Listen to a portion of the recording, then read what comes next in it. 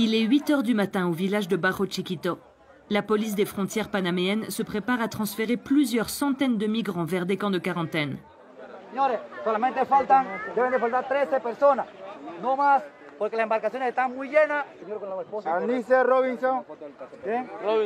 Ils viennent du monde entier. Après une année de pandémie, ils voient s'ouvrir de nouveau cet étroit et difficile passage vers l'Amérique du Nord.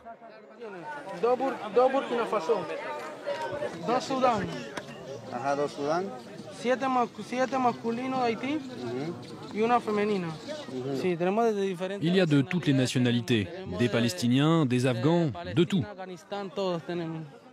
Tous ont marché pendant au moins 5 jours à travers une jungle impénétrable, le Darién. Une immense barrière végétale séparant la Colombie du Panama. Aucune route ne la traverse. Le chemin a été très dur. On s'est fait voler tout ce qu'on avait. On dormait par terre. On n'avait rien à manger. Et on n'a pas d'argent. Rien. Une odyssée qui fut pourtant le seul recours pour Hanis, alors que les portes de l'Europe se sont fermées. Il n'y a pas de vie dans mon pays. Pas de salaire. Les docteurs ne sont pas payés. Moi, je suis ingénieur. Je cherche simplement une vie meilleure. Ça faisait plus de 20 ans que j'attendais de pouvoir sortir de Palestine. L'Organisation internationale pour les migrations surveille de près la situation dans le Darién, où chaque année, plusieurs dizaines de migrants perdent la vie. Une femme a mis son bébé au monde dans la jungle. Quand on l'a trouvé, il avait 5 jours et elle le portait dans les bras. Il était complètement déshydraté. La maman et son mari aussi. Au Mexique, en 2019, on s'est rendu compte que les migrants qui avaient le plus recours aux services d'attention psychologique étaient ceux qui avaient vécu cette expérience de la traversée du Darién. Le flux migratoire a retrouvé la même densité qu'avant la pandémie. Un défi pour le Panama, alors que pendant près d'un an, 2500 migrants se sont retrouvés bloqués dans les camps mis en place par les autorités. Au début de la pandémie, tous les pays ont commencé à fermer leurs frontières. Les migrants ne pouvaient plus poursuivre leur chemin et on ne pouvait donc plus assurer leur transport contrôlé. Alors, on a dû les garder pendant des mois.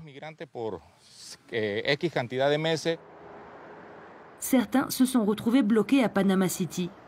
Un an après son passage par le Darién, Jefferson porte encore les traces des piqûres des insectes de la jungle qui lui ont provoqué de fortes fièvres. Quand la pandémie est arrivée, j'ai été enfermé 3 mois au bureau de l'immigration.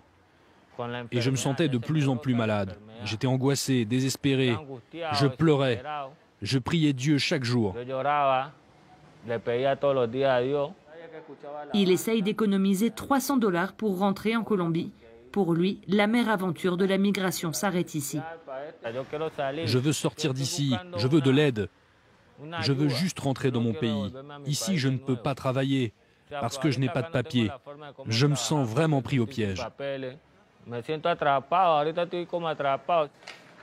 Le personnel de ce refuge catholique s'est retrouvé face à un poignant dilemme, celui d'aider des centaines de migrants bloqués dans le pays, tout en devant réduire leur capacité d'accueil pour raisons sanitaires. En tant que refuge, on a senti le poids de toutes ces restrictions qui nous empêchaient d'accueillir plus de monde. Le Panama n'est qu'un pays de transit pour eux. Mais ils ne peuvent pas reprendre la route en ce moment, car le Costa Rica n'a pas encore ouvert ses frontières.